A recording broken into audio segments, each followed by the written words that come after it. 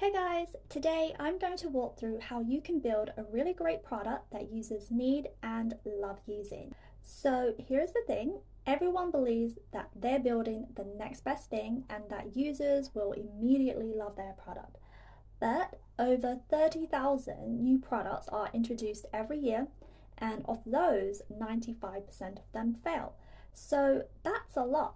In fact, some big name companies that we all know and love today could have so very easily fallen into that statistic as well if they hadn't conducted research and pivoted their product. So, YouTube was one of these companies. In the beginning, YouTube was a dating service, believe it or not, where users could upload a video of themselves describing their ideal partner. However, they really struggled to find users because no one wanted to upload a video of themselves talking about their perfect partner online. The founders really wanted their idea to work so badly that they went online and paid people to upload videos to YouTube. When they really did their research, they realized that users didn't really want to upload this kind of content to YouTube. They actually just wanted to upload any kind of content. So that's what the YouTube founders did. They listened to the user feedback and they allowed users to upload anything they wanted. And this pivot made YouTube what it is today. So, as you can see, listening to users and taking that feedback on board really pays off for the product and the business. Instead of building something that we personally like and we want to build, the goal is to conduct research that's objective and that identifies real problems that real people are having in the real world. So here are 4 research methods that you can add to your toolkit that will help you and your team build a great product. The first one I'm going to talk about is the interview method. So interviews are a great research method for you to learn what your users think and why they think that. You can learn all about your users' motivations, frustrations, and pain points in a lot of detail. It's exploratory, so users will be able to talk about topics that you didn't even think about including in your discussion guide. This is a great research method if you don't quite have a product yet and you want to get new ideas and discover some new opportunities. With interviews, you're going to be able to get great insights from a small number of users, and you can conduct it remotely, which means you can expand your research geographically. You can do it in person or you can do it guerrilla style. So guerrilla interviews are when you take the interview method and you bring it into the real world. So here's an example of that. So McDonald's, they had a bit of a slump in their milkshake sales and they wanted to understand why. So McDonald's, they sent in their researchers to investigate why their milkshake sales weren't doing so well.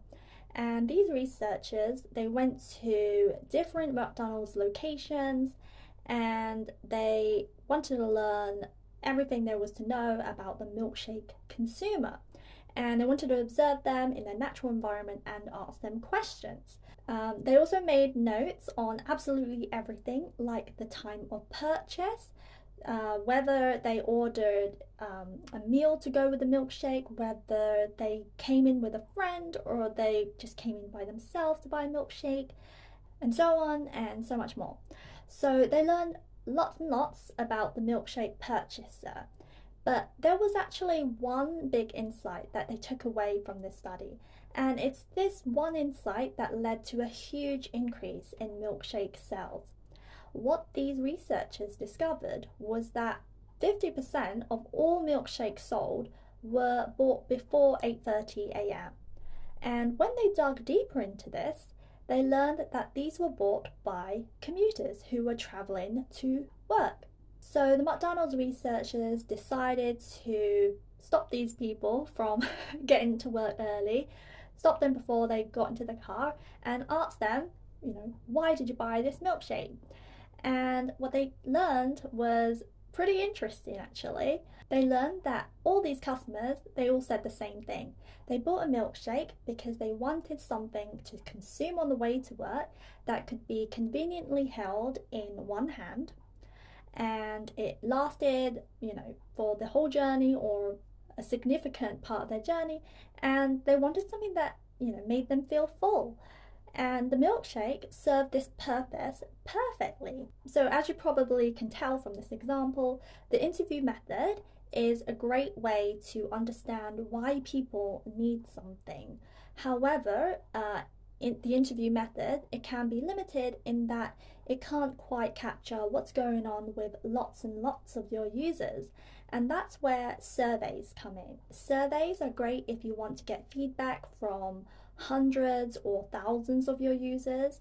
And what's good about surveys is that if you have a large number of responses, you could perform some statistical analysis on it. For example, you might notice a specific trend between the time spent watching Netflix and money spent on snacks, for example. I'm just using just a random example. And you want to know whether this relationship happened by chance or is there actually something really interesting happening here? So, statistical analysis allows you to do that. And there's a number of different ways for you to conduct surveys. It's very flexible, it can be done online, on paper, over the telephone, or in person as well. So, interviews and surveys are both great research methods for understanding attitudes, but if you want something a bit more contextual, you can try a usability test. This is great if you want to test your app with real users. You'll give your users some tasks to complete, such as completing a purchase, and then you just observe how easy it is for them to accomplish this task. This is a great way for you to learn how users behave using your app, and it will help you to uncover problems in your design and come up with different opportunities. You might think that your app has a great user experience, but then you notice that users are not able to add multiple items into the basket, or maybe they don't know how to cancel their order. So these are the kinds of things that will come up in a usability test, and that's why it's so vital that you do them. However, one thing about usability tests is that it's in a controlled setting, which basically means that users may behave a bit differently to how they would in their own time.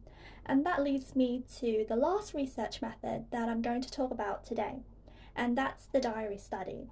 With this method, users, they will keep a log of their thoughts, their experiences, and what they do in a diary over a duration of time. The diary can be physical or it can be in a digital format.